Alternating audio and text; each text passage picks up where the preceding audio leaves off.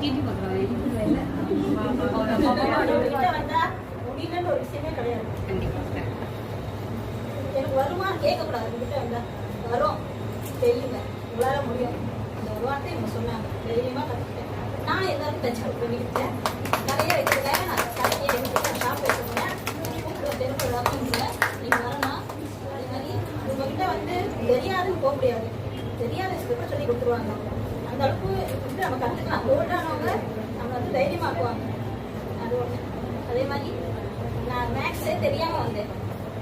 எனக்கு இப்படி போடணும்னு சொல்லி கொடுத்தாங்க, தைரியத்தை கொடுத்தாங்க. இப்படி போடணும், இப்படி நீங்கள் செய்யணும், பயப்படக்கூடாது, பயமே இருக்கக்கூடாதுன்னு நம்ம சொல்லி கொடுத்தோமே இவங்க. லேடிஸ்க்கு பயம் இருக்கக்கூடாது.